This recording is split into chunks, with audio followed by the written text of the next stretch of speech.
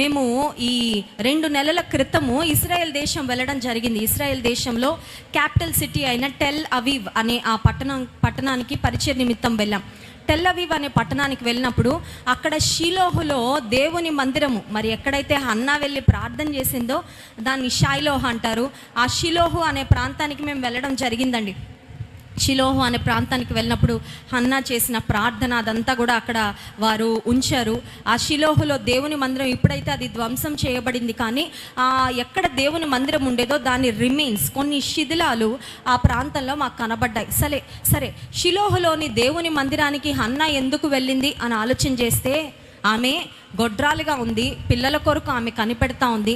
ఆమెకు ఒక బిడ్డ కావాలి అని it was a deep longing in her heart. ఆమె జీవితంలో ఆమెకున్న ఒక తీవ్రమైన ఆశ, ప్రభువా నా ఆశ నువ్వు తీర్చవా, నాకు సహాయం చేయవా, నా భర్త నాకేం చేయలేకపోతున్నాడు, ప్రేమ చూపించగలుగుతున్నాడు కానీ బిడ్డల్ని మాత్రం ఆయనే కదండి ఇవ్వాల్సింది. చూడండి, ఈ లోక సంబంధంగా మనుషులు మనకు కొంతవరకు ఊరటనివ్వగలరు, కానీ నిజంగా మన అవసరత తీర్చగలిగింది మాత్రం దేవాది దేవుడు ఒక్కడే. హన్నా దేవుని సన్నిధికి వచ్చి షిలోహులోని మందిరంలో దేవుని సన్నిధిలో మొరపెట్టుకున్నప్పుడు, ఆమె హృదయాన్ని కుమ్మరించుకున్నప్పుడు దేవుడు హన్నా యొక్క గర్భాన్ని తెరిచి హన్నాకు కుమారుడిని ఇచ్చిన తర్వాత ఆమె దేవుని సన్నిధిలో తీసుకున్న తీర్మానాన్ని బట్టి సమూయేలును తీసుకొచ్చి తిరిగి ఎక్కడ అప్పగించింది? మందిరంలో అప్పగించింది. కొంతమంది దేవుని సన్నిధానానికి వచ్చి కొన్ని మొక్కుబడులు చేసుకుంటాం కదండి. ఆవేశంలో మొక్కుబడులు చేసేస్తారు. అది ఇచ్చేస్తానయ్యా, ఇది ఇచ్చేస్తానయ్యా, నువ్వు ఇస్తే అది చేసేస్తానయ్యా, ఇది చేసేస్తానని మొక్కుబడి చేసుకోవడానికి త్వరపడతాం చాలాసార్లు. కానీ దేవుడు ప్రార్థనకు జవాబిచ్చిన తర్వాత అసలు దేవునికి ఏం మాట ఇచ్చామో కూడా మర్చిపోతాం కొన్నిసార్లు, అవునా కదా? దేవుడు ఎప్పుడైనా గుర్తు చేయడానికి ప్రయత్నం చేసినా మనకేదో మతిమరుపు ఉన్నట్టు యాక్షన్ చేసేస్తాం.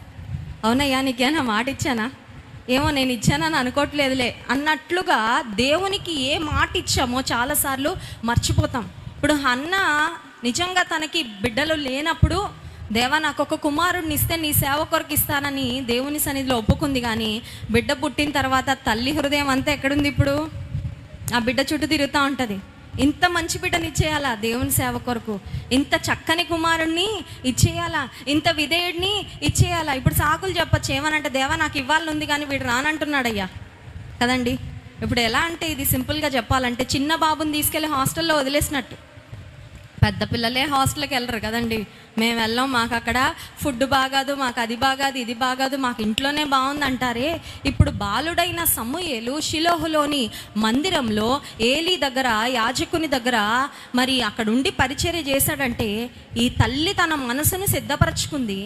కుమారుని మనసును కూడా తల్లి ఎంత చెప్పిందో, నాయనా నువ్వు ఇక్కడికి చెందిన వాడివి కాదు బాబు, నువ్వు ఎప్పుడు ఇక్కడే ఉంటానని అనుకోవద్దు. There is a greater purpose for your life. నీ జీవితం పట్ల దేవునికి ఒక ఉద్దేశము ఉందయ్యా, నువ్వు వెళ్ళాలి, నువ్వు పరిచర్య చేయాలి, నువ్వు విధేయుడుగా ఉండాలి, మా మీద ఎక్కువ నువ్వు ప్రేమ.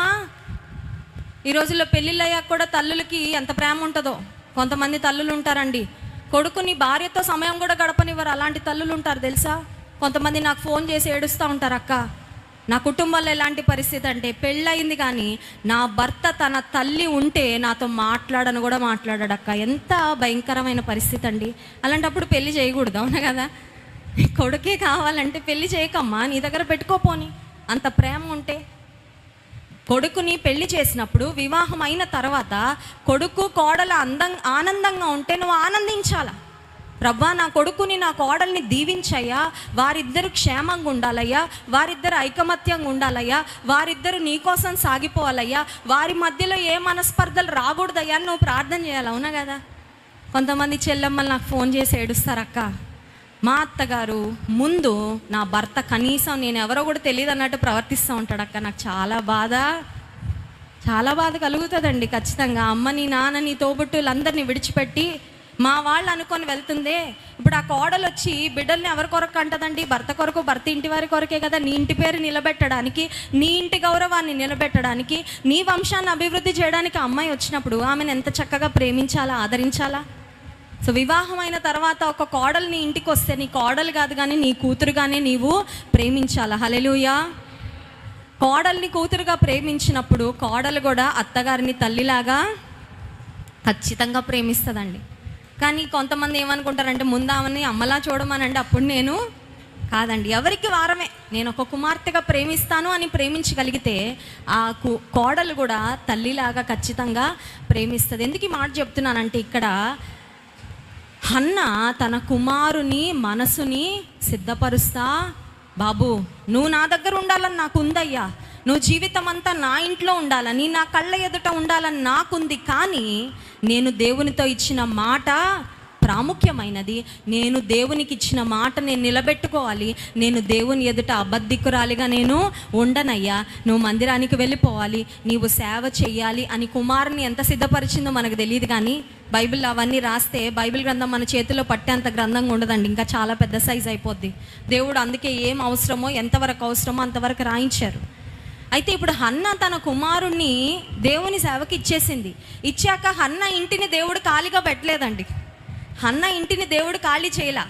కొంతమంది అనుకుంటారు, దేవుని సన్నిధానానికి నేను ఏమన్నా ఇస్తే నా ఇల్లు ఖాళీ అయిపోద్దేమో, దేవునికి నా పర్సులో ఏమన్నా ఇస్తే నా పర్సు ఖాళీ అయిపోద్దేమో, దేవుని కొరకు నేను నా బలాన్ని వాడితే నా బలం ఖాళీ అయిపోయి నేను బలహీనంగా అయిపోతానేమో అనుకుంటారు. కానే కాదు. ఇందాక మనం చూసాం కదా, నీ మందిరంలోని సమృద్ధి చేత అనే మాట మనం చూసాం. దేవుని మందిరంలో సమృద్ధి ఉంది. ఇప్పుడు హన్నా ఒక్క కొడుకునిచ్చింది దేవుని సేవకు. చూడండి, 1 సమూయేలు గ్రంథము 2వ అధ్యాయము 21వ వచనం. 1 సమూయేలు గ్రంథం 2వ అధ్యాయం 21వ వచనం. యెహోవా హన్నాను దర్శింపగా ఆమె గర్భవతి అయి 3 కుమారులను 2 కుమార్తెలను కనెను. అయితే బాలుడగు సమూయేలు యెహోవా సన్నిధిని ఉండి ఎదుగుచుండెను. 1+1 ఆఫర్ కాదండి దేవుడిచ్చింది, 1+5 ఆఫర్. ఇది ఎంత గొప్పగా ఉందండి. హల్లెలూయా. గర్భమే తెరవబడలేదయ్యా, ఒక్క బిడ్డనివ్వయ్యా అని అడిగితే ఇచ్చిన బిడ్డను తిరిగి దేవునికి ప్రతిష్ఠించినందుకు దేవుడు అన్నాడు, ఇదిగో ఇంకొక 5 మంది పిల్లలను, హ్యాండ్స్ ఫుల్. అంతే కదండి. మా పిల్లలు అప్పుడప్పుడు వచ్చి మమ్మీ ఎత్తుకో ఎత్తుకో అనేవారు. చిన్నప్పుడు 3 ఒకేసారి వచ్చేవారు, ఒక్కోసారి ఎత్తుకోమని. నేను అనేది 2 చేతులు ఉన్నాయి, 3 చేతులు ఉంటే బాగుండేది, నేను 2 ఎత్తుకోగలను, ఒకరు తప్పుకోండి అనేదాన్ని. అంతే కదండి. ఇప్పుడు హన్నా చేతుల్లో ఎంతమందిని ఎత్తుకోవాలి?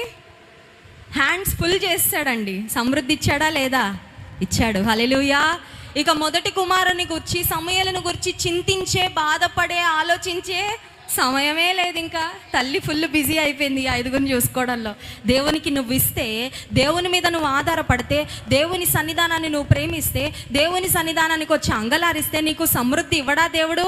ఖచ్చితంగా ఇస్తాడు. హల్లెలూయా.